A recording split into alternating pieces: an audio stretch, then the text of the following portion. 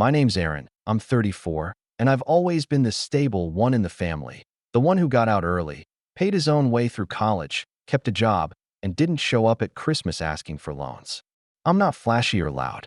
I'm the type who listens more than I speaks. The guy who keeps his head down and handles business. That probably made it easier for them to take advantage of me over the years, because I never raised my voice, never called them out, never made a scene. Until I did. It started years ago, subtle at first, like most betrayals are. I'd come home for the holidays, arms full of gifts, and somehow still be met with cold looks from my mom or little jabs from my brother, Jake. He's 2 years younger, always been the golden boy. Even when he flunked out of 2 colleges, got arrested for a bar fight, and bounced between jobs like a pinball, my parents still looked at him like he hung the stars. Meanwhile, I was too serious, too distant, too sensitive. No matter what I did, birthday checks for the nieces, helping my parents pay off their mortgage after Dad's heart surgery, co-signing a car loan for Jake when he cried on the phone, it was never enough. It got worse after Dad passed. Quietly, just a stroke in his sleep. That Christmas was the first time I noticed how different everything felt. My mom was colder, sharper, like she'd become brittle. And Jake? He seemed emboldened, louder, cockier, like being the only son who lived nearby gave him some authority. I remember walking in with a stack of gifts and being greeted with, "Did you finally get a haircut? Or did someone finally stop pitying you and offer a date?" I laughed it off, like I always did. But inside, something cracked. That was 3 years ago. I should have said something then, drawn the line. But I didn't. I figured, it's family. They're grieving, they're stressed, they don't mean it. So I stayed. Stayed quiet, stayed generous, stayed loyal. And every year, the cuts got deeper. Last year, it really started to unravel. I got a call from my mom in May. She sounded chipper, like she was reading from a script. She said Jake had this amazing business opportunity, some new real estate venture a friend pitched to him, and he just needed help getting started. The help she meant was a $60,000 investment. She said they were putting the house up as partial collateral, and my name, since it was still on the deed from when I helped pay off the mortgage, would be helpful. I was cautious, but stupid. She insisted it was just temporary, just paperwork. I didn't want to be the bad guy, the ungrateful son who said no after all she did raising me. So I agreed, with one condition. If anything changed, I had the right to take my name off. She agreed. Jake mumbled a thanks over speakerphone, already halfway to Vegas, I think. By September, I found out the business was a glorified flipping scheme, poorly managed, full of half-built homes and debt collectors. I asked Jake what happened, and he had the nerve to say, "It's your fault for not helping earlier. You could have gotten in at the ground level." That was the moment I decided I was done. I didn't tell anyone, but I started talking to a lawyer. Quietly. We looked at the original agreement, the joint deed, everything. Turns out, because I had financed over 70% of the house's value, and the fact that my mom and Jake defaulted on a second mortgage, I had legal leverage. A lot of it. Especially when the bank flagged my name during a refinance attempt Jake filed behind my back. He tried to sell equity in the house that wasn't even his. The lawyer said, "You have every right to protect your investment, especially since you were misled." So, for the first time in my life, I decided I wouldn't just protect it, I'd reclaim it. I had everything ready by mid-December. The house, once under all 3 of our names, had now legally transferred into mine alone. Thanks to a clause my lawyer found buried in the original refinancing paperwork, I had full authority to sever their rights of use and remove them as legal occupants if I wanted. That alone didn't sit well with me. But then something happened that erased all hesitation. Christmas brunch. I wasn't going to go. I told myself it wasn't worth the headache, the fake smiles, the biting comments that pretended to be jokes. But my aunt, the only one who ever treated me like I mattered, asked me to come. She said, "It's just brunch, Aaron. Maybe it'll be different this year." It wasn't. I showed up with a bottle of wine and a store-bought pie. I didn't expect a warm welcome, but even I was caught off guard by how cold it was. My mom barely looked up from her seat. Jake smirked when he saw me and said, "Look who remembered where we live." My niece hugged me. Bless her, but everyone else acted like I was a stranger crashing the party. They'd already started eating. No one saved me a seat. I sat at the end of the table, next to the piano no one played anymore. We made it through scrambled eggs and forced conversation. Then Jake stood up, holding a glass of champagne. He cleared his throat and tapped the fork against it like he was proposing a toast. "Here's to family," he said, "and to cutting out dead weight, starting with you." He raised his glass. The room burst into laughter. My mom chuckled. Even my cousin clapped. My hand clenched around my fork. I looked around, waiting for someone to say it was a joke, that it had gone too far. But no one did. So I smiled. It was tight, a little too calm. I reached into my bag. Not a briefcase, not anything dramatic, just a regular canvas tote I brought gifts in. I pulled out a crisp folder and slid it across the table. Jake cocked his head. My mom blinked. "Perfect timing," I said. They looked at it like it was a menu. Then Jake opened it, and the color drained from his face. Inside was the notarized deed to the house. Their names, once listed beneath mine, had been formally removed. It was signed, sealed, and legally binding. 10 seconds passed before anyone said a word. "What is this?" Jake snapped, voice rising. My mom looked like she'd seen a ghost. She reached out with trembling hands, scanning the pages. You can't do this," she stammered. "I already did," I said, calm as ever. Aunt Karen leaned in, whispered, "What did you just do?" Jake shoved his chair back, so hard it hit the wall. "You think you can just cut us out like that? After everything we've done for you?" I stood slowly, tucking my chair in. "No, I'm not cutting you out. I'm just finally returning the favor." And just as Jake's face turned red, just as my mom opened her mouth to plead or curse or cry, that's when the doorbell rang. I didn't flinch. I just stood there, watching them all freeze as the chime echoed through the room. The tension was so thick you could have sliced it with the steak knives still clinking against half-finished plates of ham and sweet potatoes. Jake's eyes darted between the folder and the door like he was trying to decide whether to scream or run. My mom looked at me, mouth parted, expression hollow, the kind of face someone makes when they realize their safety nets just caught fire. My aunt slowly rose to her feet, hesitant. "I'll get it," I said, with a half smile, turning toward the door like it was any other Sunday morning. I opened it. 2 men in uniform stood there. Not cops, though Jake's face certainly paled like they were. No, these guys were private security, hired through the firm I'd been working with for months. I'd asked my lawyer how to do this the right way, not out of spite, but out of precision. Legally, morally, financially clean. "Mr. Donnelly?" the taller one asked. "That's me," I nodded. "Come on in." They stepped inside, removing their hats politely, like professionals. My mom gasped, and Jake looked ready to lunge across the table. "What is this?" he barked. "What? You need bodyguards now." "No," I said, voice steady. "They're here to serve the official documents. Your access to the property is revoked, effective immediately. You'll have 72 hours to vacate." Silence. Total, deafening silence. Even the clatter of utensils had stopped. My niece just sat there with a forkful of eggs frozen halfway to her mouth. Jake finally lost it. "You can't just kick us out. That's our home." "No, Jake," I said, walking back to the table. "It was mine. You were living in it rent-free for almost 3 years. You used my name, my credit, and my goodwill, then tried to mess me over. This isn't eviction. This is justice catching up." My mom's voice cracked. "Erin, please. This is your family." I turned to her slowly. "So was I? Until you turned me into a bank account with legs." She flinched like I'd slapped her. But I didn't feel bad. Not this time. I sat back down and calmly poured myself a glass of water. The security guards handed over the envelopes, one for Jake, one for my mom, and quietly waited by the front door. Polite, silent, professional. "I paid off the mortgage," I said. "I kept the house afloat after Dad passed. I even covered the second loan Jake took out in my name to fund that real estate scam. Do you remember that? The paperwork you all forgot to mention?" My mom shook her head. "You don't understand. We were desperate." "No," I cut in. "You were entitled. You expected me to carry you, and when I hesitated, you mocked me, laughed in my face, told me I was dead weight." Jake pushed himself up from the table. "So what now? You just get to play king? You think we'll just leave?" "You don't have to leave," I said, sipping the water. "You just can't stay here." His fists clenched. "You smug little." "Don't," my aunt warned, her voice slicing through the room like ice. "Don't you dare. You brought this on yourself." That made Jake pause. He blinked at her like he didn't understand whose side she was supposed to be on. She looked at me, quiet but firm. You're not wrong, Aaron. I just wish it didn't have to come to this. I nodded. So did I. Jake stormed out of the room, muttering under his breath.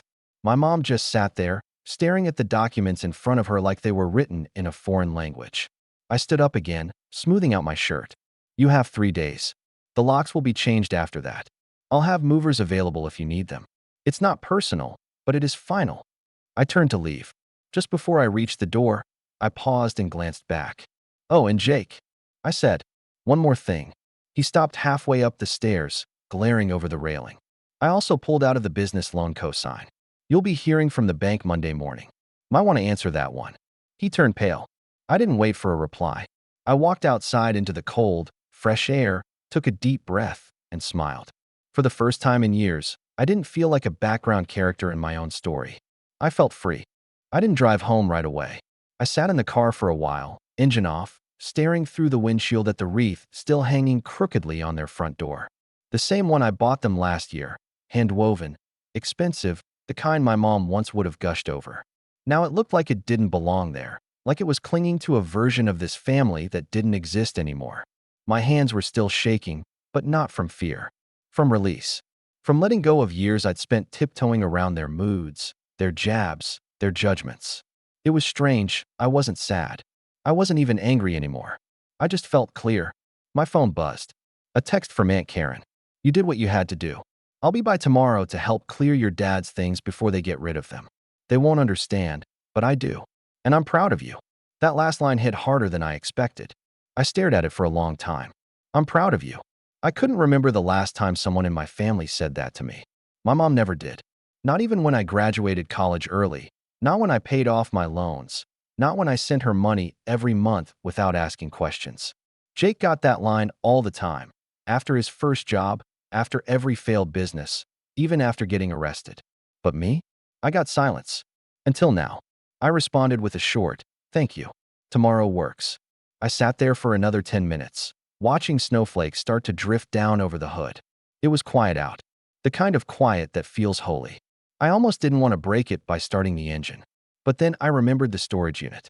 A few weeks before Christmas, I'd started boxing up some of the more important items from the house, quietly, respectfully. I'd waited until Jake and my mom were both out, brought in movers discreetly. Dad's records, his old medals, the photos from when we used to go hiking, all locked away now, safe. I wasn't going to leave those behind for Jake to sell off in another emergency. I turned the key, and the car roared to life. I didn't look back as I pulled out of the driveway. The next day, I met Aunt Karen at the house. Jake wasn't there. His car was gone. Probably out trying to talk someone into loaning him money to undo what couldn't be undone. My mom answered the door with puffy eyes and a blank stare. She didn't say anything, just stepped aside and let us pass. The furniture was untouched. The garland still clung to the banister. But the air was different, thick with resentment, stale with disbelief. I'll just be grabbing Dad's things, I said gently. You can keep everything else. Her lips trembled, but she didn't speak. She just nodded once, slowly. We worked in silence. Karen helped me lift the old wooden chest from under the stairs, the one with Dad's journals. We took down the framed family photo that used to hang above the fireplace. The only one where all 4 of us were smiling, back before the money, before the bitterness, before they started treating me like the outsider. As I held the frame in my hands, I noticed something I hadn't before, a tiny crack in the glass running right through my face. Fitting. By mid-afternoon, we'd loaded the last of it into my car. Karen hugged me tight. You're going to feel guilt, she said, because that's what good people do. But don't mistake guilt for regret. I nodded. I know. I just wish that they were different, she finished for me. Yeah, me too. We stood there for a while. Then I got into my car, waved goodbye, and drove straight to the storage unit. It was a small space, clean, climate-controlled, just big enough to hold the parts of my father worth remembering. I stacked the boxes neatly, covered the old armchair he used to sit in while reading the paper, and placed the framed photo, crack and all, on the top shelf. Before I left, I locked the door and stood there for a moment, key in hand. There was a finality to it that I hadn't anticipated. I wasn't just protecting memories anymore. I was closing a door that should have been shut years ago. That night, around 8 p.m., my phone started blowing up. Jake. Voicemail after voicemail. He was screaming. The first few were angry. Threats about lawyers, how I'd ruined Christmas, how you don't do this to your own blood. Then came the panic. He'd gone to the bank, and they froze the refinance. His credit was tanking. He said I had no right to ruin his life like this. And the last one? He cried. I don't know what to do, man. They're gonna take my truck. Mom's crying. I can't believe you do this to me. I didn't respond. I didn't delete the voicemails either. I saved them. Like trophies. Not out of cruelty, but as reminders. Of what I came from. Of what I escaped. The fallout wasn't done. Not yet. The real explosion? That came 2 days later, when the sheriff's notice showed up on their door, and the family group chat started buzzing like a wasp nest kicked open. The notice was delivered in person 2 days later. Certified. Signed for. Final. I wasn't even there when it happened, but I heard about it within the hour, courtesy of a family group chat I hadn't looked at in months. The group, originally made for organizing birthday parties and holiday plans, had exploded with all the subtlety of a gas leak near a match. The first message came from my cousin Claire. Aaron, what is going on? Then my mom chimed in. You humiliated this family. Hope you're proud of yourself. Jake followed it with, this is low even for you. You want to talk about dead weight? Look in the mirror. I didn't respond. Just turned off notifications and kept sipping my coffee. But the drama didn't stop there. Later that afternoon, I got a call from the lawyer I'd hired to oversee the transfer. She said my mother had called her office twice already, once crying, once yelling, and had accused her of manipulating her poor baby boy into homelessness. Apparently, my mom had already visited City Hall to file a complaint. She wanted to challenge the legality of the deed change and reverse the eviction. But what she didn't realize was that every single move I'd made had been documented, notarized, and legally airtight. There were video records of her signing the transfer papers. There were voicemails and texts proving Jake's unauthorized attempt to refinance using my name. There were receipts for every dime I had paid on that house, from the down payment to the repairs I funded during the roof collapse 5 years back.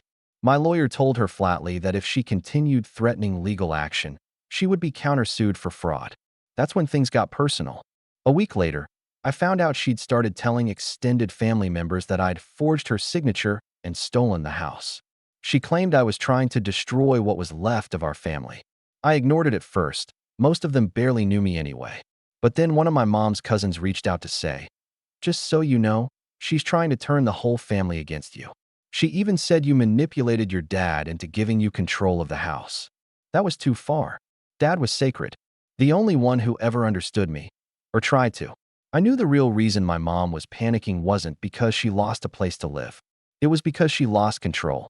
For years, she held me emotionally hostage with guilt. She used phrases like, after all I've done for you, and you're lucky I didn't leave you behind. She never hit me, never screamed, but she'd mastered the art of cutting me down with soft, passive-aggressive cruelty. So, I made one final move. I drafted a letter to every extended family member who'd been looped in by her drama. Not a rant, not even revenge, just facts. I laid out the timeline, attached copies of the deed transfer, screenshots of bank payments I'd made over the years, the refinancing documents Jake tried to sneak through. I didn't even editorialize it. I let the truth do the speaking. At the end of the letter, I wrote, I'm not asking for sympathy. I'm asking for silence. Please respect my choice to step away from a dynamic that has drained me for most of my life. If you feel compelled to take sides, then you've already missed the point. A few relatives replied with quiet support. Most stayed silent, which was fine. I wasn't trying to win popularity contests anymore. As for Jake, he stayed at a friend's house for a bit. I heard through the grapevine that he tried crashing with a woman he'd dated off and on, someone who didn't know about his spending habits. She kicked him out within a week after he stole cash from her purse to buy scratch-off tickets. Eventually, he ended up in a rental. Not a great one. Shared with 2 roommates, neither of whom seemed thrilled to be living with someone who couldn't hold a job for more than 6 weeks. His truck got repossessed in February. I only found out because he posted a rant on Facebook, tagging the bank and accusing them of ruining a veteran's life, which was rich, considering he never served a single day. My mom ended up moving in with my Aunt Lorna in Indiana. The woman who once said, I'd rather die than live outside of my home, now shared a guest bedroom in a house with floral wallpaper and a single bathroom. She sent me a long email after she moved. Not to apologize, of course not, but to explain, to tell her side. She wrote about how hard it was after Dad died, how scared she was, how lonely, how Jake was the only one still close, and how she clung to him out of fear. She said, "Maybe I pushed you away without realizing it," and that she missed the sweet boy who used to bring me tea when I was sick. I stared at the screen for a long time, read the message twice, and then I deleted it. No reply. Because the truth is, I was that boy, and she didn't lose me. She gave me away, inch by inch, with every moment she chose Jake's comfort over my respect, with every time she called me selfish for setting boundaries, with every silent look when I was insulted at the table, every birthday forgotten, every, "Why can't you be more like your brother?" Some losses aren't sudden. They're slow burns. That spring, I sold the house. I thought about keeping it, renting it, maybe even living in it. But once the rooms were empty and the energy had cleared out, I realized something. It never felt like home. It was a place I maintained out of duty, a monument to people who treated me like a stranger. The sale went smoothly. I got a good price. The market was still high. I put most of it in a trust, then used some to buy a small cabin outside the city. Quiet, wooded, peaceful, the kind of place my dad would have loved. I kept his journals, his medals. I mounted the photo of us, the one with the cracked glass, above the fireplace in the cabin. It's the only photo I've hung in the entire house. Sometimes I walk through the woods behind the cabin and think about how far I've come. I used to believe forgiveness meant letting people hurt you over and over until they decided to stop. Now I know forgiveness means protecting your peace, even if it means walking away. And I did walk away. From the guilt, from the manipulation, from the family who only saw me as a wallet with a heartbeat. Now, I spend my holidays however I want. Last Christmas, I cooked a quiet dinner for just me and Aunt Karen, who flew out to visit. We drank wine by the fire. She gave me a book of my dad's old recipes that she'd copied by hand. I gave her the deed to the car she'd been borrowing since her engine died last year. She cried. I didn't, but I almost did. And this year, when Jake called me from a new number and left a long voicemail that started with, "Man, I know we haven't talked in a while, but I was wondering if you could help me out just one more time." I didn't even finish listening. I just smiled, deleted it, and went back to sipping my coffee. Because sometimes the best revenge isn't what you take from people. It's what you stop giving them.